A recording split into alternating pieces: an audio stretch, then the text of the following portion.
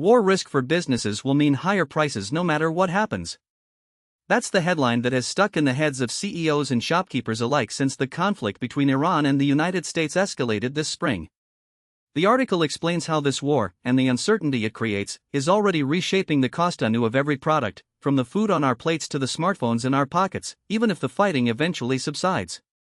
Business leaders from pharmaceuticals to apparel to electronics hear the same message from Edward Amara, Chief Research Officer at 0100: you need to diversify your risk.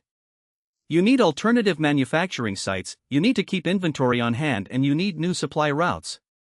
He says flexibility is additional plant capacity, extra inventory, and alternate corridors, and that flexibility is expensive.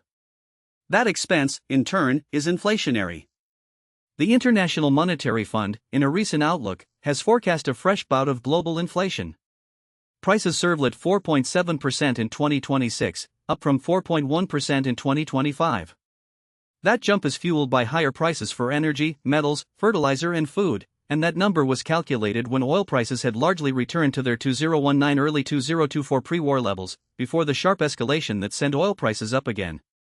The United States President issued a threat earlier this week, a 20% fee on all cargo that moves through the Strait of Hormuz. Analysts say that if it is enacted, the cost of shipping could double. For a company that relies on that strait to move its goods to the Persian Gulf, the difference is enormous. Maersk, for example, has had to overhaul its shipping strategy. Until June, the carrier ran 44,000 containers of furniture, electronics, and food into Gulf markets by rail and truck. The cargo is now collected from ships at Saudi Arabia's Jeddah port, unloaded, and then trucked from there to Kuwait, Qatar, and Bahrain. Drivers come from Jordan, Iraq, and Turkey to meet the heightened demand. Vincent Clerc, Maersk's CEO, said that the alternative route is obviously not the most effective way to do it normally, but if the strait is closed, it is the most effective way to do it. He added that the cost of this detour is about $1,000 per container. If the disruptions keep going, companies like Maersk will either have to pass the higher cost on to consumers, or the harder they will see their profit margins shrink. The economic ripple effect stretches further than the Gulf. Shipping rates from Shanghai, which had peaked in late June and early July, have edged back down, but remain higher than in recent years. That means that even places far from the Middle East are feeling the price of disrupted logistics. The takeaway is simple: war lasts longer than the fighting.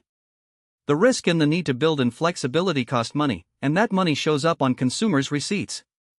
That story is a reminder that a conflict far from home can still shake the stability of global commerce.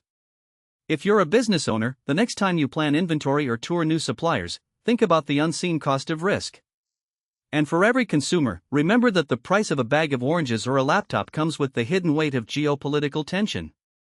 Thanks for listening, and stay tuned as we follow how global CEOs are adapting and what that means for the price of the next thing you buy.